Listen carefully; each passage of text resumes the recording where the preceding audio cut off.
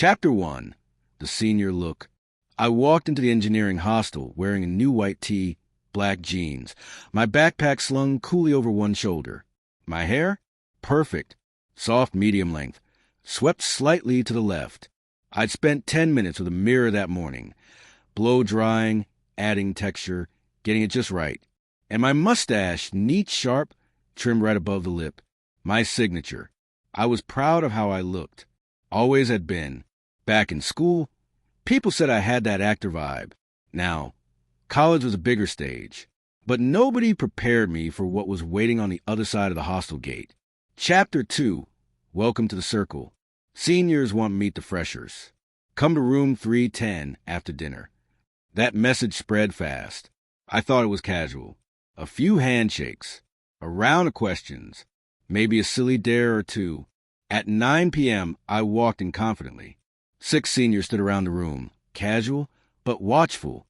One sat on the cot, arms folded, chewing gum like a villain in a Tamil film. He looked up. Harish Kalyan, right? Yes, Anna. Stylish boy. Look at this hair. And that little mustache movie hero? I smiled nervously. He didn't. He stood up and walked around me like I was a prop on display. First rule of brotherhood, he said, is shedding the ego. Then he clapped. Bring the stool. Chapter 3. Initiation begins. They place a small plastic stool in the center of the room. Sit. I hesitated. Anna, is this? Sit. I obeyed. One of them pulled out a trimmer. Another, shaving foam. A third held up a mirror and smirked. From now on, you start clean. New year, new head. I could have protested. I could have begged. But there was something about the way they looked at me. Not cruelly, but firmly. Like they were about to break me down just to rebuild me. The trimmer clicked on. Bizizity. One quick stroke down the center of my scalp. A chunk of my precious hair fell across my shoulder and slid to the floor. Gasps from the other freshers. Laughter from the seniors. My breath caught. Stroke after stroke. The trimmer buzzed across my head, mowing through every lock. My ears felt colder. My scalp exposed. One of the seniors rubbed my head. Still feeling like a star? I didn't answer. When the trimmer stopped, they passed me the mirror.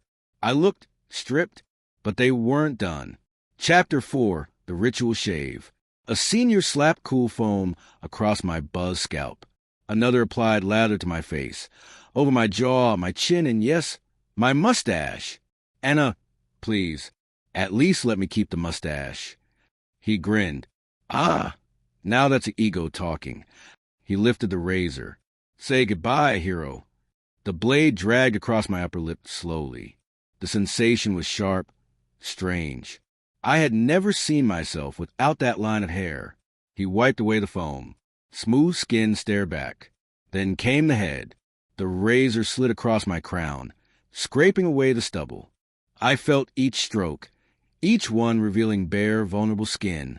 The lather, the blade, the towel, it was all so ritualistic.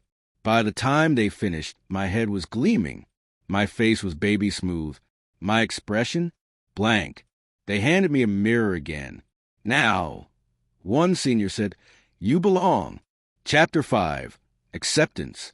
The next morning, I walked out of the hostel and felt the breeze directly hit my scalp. I wasn't used to it. Every stare felt different. Some laughed, some whispered, but a few seniors nodded at me with a strange kind of respect. Not mockery, not pity, something else. I had passed something. That night, as I washed my head and looked in the mirror, I didn't feel ashamed anymore. I felt free. No image to hold up. No style to protect. Just me, a fresher, a brother, part of something bigger. Chapter 6. The Real Beginning. A week later, one of the seniors saw me in the mess line. Still missing your hair? He asked. I smiled. Not really. He patted my bald head and nodded. Good. Because the second you let go of it, you finally arrived. And he was right. I came to college thinking I had to look like a star to be someone. Turns out, the real journey began only after they took all that away. Now, I don't twirl my mustache in front of mirrors. I don't fix my hair, because there's none. But I carry something else. A memory, a moment, a transformation I'll never forget.